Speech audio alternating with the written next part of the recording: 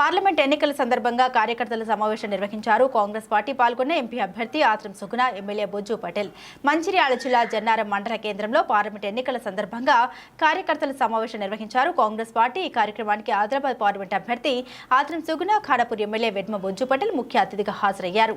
మండలాల్లోని అన్ని గ్రామాల నుండి కార్యకర్తలు హాజరవగా పలు గ్రామాలకు చెందిన బీఆర్ఎస్, బీజేపీ ప్రజాప్రతినిధులు, కార్యకర్తలు ఆత్రం సుగుణ, బొజ్జు పటేల్ ఆధ్వర్యంలో కాంగ్రెస్ పార్టీలో చేరారు. వారికి నాయకులు పార్టీ కండువా కప్పి సాధారణంగా పార్టీలోకి ఆహ్వానించారు. ఈ సందర్భంగా ఆత్రం సుగుణ మాట్లాడుతూ, నేను జొన్నారం మండల ఆడబిడ్డను. కాంగ్రెస్ పార్టీ నా మీద నమ్మకంతో ఎంపీ టికెట్ ఇచ్చింది ప్రజలకు సేవ చేసేందుకు. ఉపాధ్యాయ వృత్తిని వదిలి నిరంతర ప్రజా సేవలో ఉండేందుకు గాను కాంగ్రెస్ పార్టీలోకి వచ్చాను. కాంగ్రెస్ పార్టీ కార్యకర్తలు నా కోసం పనిచేసి మీ ఆడబిడ్డను పార్లమెంటుకు పంపాలని కోరింది. వెడ్మ బొజ్జు పటేల్ మాట్లాడుతూ, రానున్న పార్లమెంట్ ఎన్నికల్లో కలిసికట్టుగా పనిచేసి ఎంపీగా సుగుణక్కను గెలిపిద్దామని పిలుపునిచ్చారు.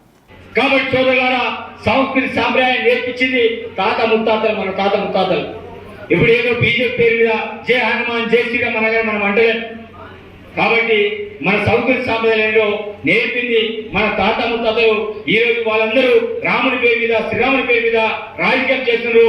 అదేవిధంగా బీఆర్ఎస్ పార్టీ నిన్న మొన్న తిరుగుతున్నారు రైతుల గురించి మాట్లాడుకుంటా. ఏమైంది రైతు బంధు, ఏమైంది, లేకపోతే రుణమాఫీ ఏమైంది మాట్లాడుతున్నారు. మరి ఇన్ని సంవత్సరాలు మరి ఈసారి 3,000 కంటే ముందు వాళ్ళందరికీ రైతు బంధు ఇచ్చాం. ఇంకా కొందరికి రావాలి. బీడి భూముల్లోకి, దొరలకి చాలా మందికి రైతు బంధు ఇచ్చారు. కానీ ఈరోజు నిజమైన రైతులకి, కర్షకులకు, కార్మికులకి రైతు బంధు ఇచ్చే ప్రభుత్వం కాంగ్రెస్ పార్టీ. మరి నిన్న మొన్న చూసిన జాన్సన్ ఇన్ని రోజులు అడ్రస్ లేదు, ఎక్కడో తిమ్మపూలు పోయి మక్కలు ఎంత పర్యవేక్షిస్తున్నారు. నీరు లేదు, ఇది లేదు, ఎండిపోయినాయి. అంటే కాంగ్రెస్ పార్టీ వర్షాన్ని పడకుండా చేసింది. కాంగ్రెస్ పార్టీ మొత్తం నీరు లేకుండా చేసింది. కాంగ్రెస్ పార్టీకి అంత నష్టం వచ్చినట్టు. ఈ ఎలక్షన్ అయితే జాన్సన్ అయితే ఈ ప్రాంతంలో అసలు ముఖం కూడా కనబడదు. అతని మీద కొంతమంది చెంచగాళ్ళు తిరుగుకుంటా అంటే ఇష్టారీతిన చేస్తున్నారు. కాబట్టి ఏదేమున్నా సరే కాంగ్రెస్ పార్టీ ఇచ్చిన మాట కట్టుబడి ఉంటుంది. తప్పకుండా కాంగ్రెస్ పార్టీ ఏదైనా చేయడానికి సిద్ధంగా ఉంటుంది. కాబట్టి సోదరులారా, కాంగ్రెస్ పార్టీ సిద్ధాంతాలు తెలిసిన వ్యక్తులుగా ఈరోజు కుల రాజకీయాలు చేయకుండా హిందూ, ముస్లిం, సిక్, సాయి మనమంతా ఒకటైన ఏకైక నిరంతో పోయి కాంగ్రెస్ పార్టీ. అలాంటి కాంగ్రెస్ పార్టీ మన ప్రాంత బిడ్డకి సుగ్నక్క గారికి ఈ రోజు అవకాశం ఇచ్చారు.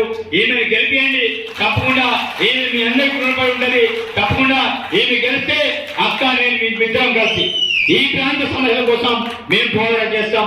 నియోజకవర్గంలో ఆమె డబ్బులు కావచ్చు, నా డబ్బులు కావచ్చు, ఇద్దరు డబ్బులు కలిపి ఈ ప్రాంతాన్ని అనేక రకాలుగా సిరిసిల్ల, సిద్దిపేట, గజ్వేల్గా డెవలప్మెంట్ చేసే బాధ్యత మాది. నేను అసెంబ్లీలో మాటిచ్చా, సిరిసిల్ల కంటే దీటుగా ఖానాపూర్ని అభివృద్ధి చేస్తానని అసెంబ్లీలో గెలవెత్తిన. ఈ రోజు సుగ్నక్క గారు ఆదిలాబాద్ పార్లమెంట్ ని డెవలప్మెంట్ చేసే బాధ్యత నాదని మాట్లాడడానికి ఆమెని పార్లమెంట్ పంపించే బాధ్యత మీది. మీరు మాటిస్తారు కదా, గెలిపిస్తారు కదా, చేతి గురి పోటీ ఇస్తారు కదా.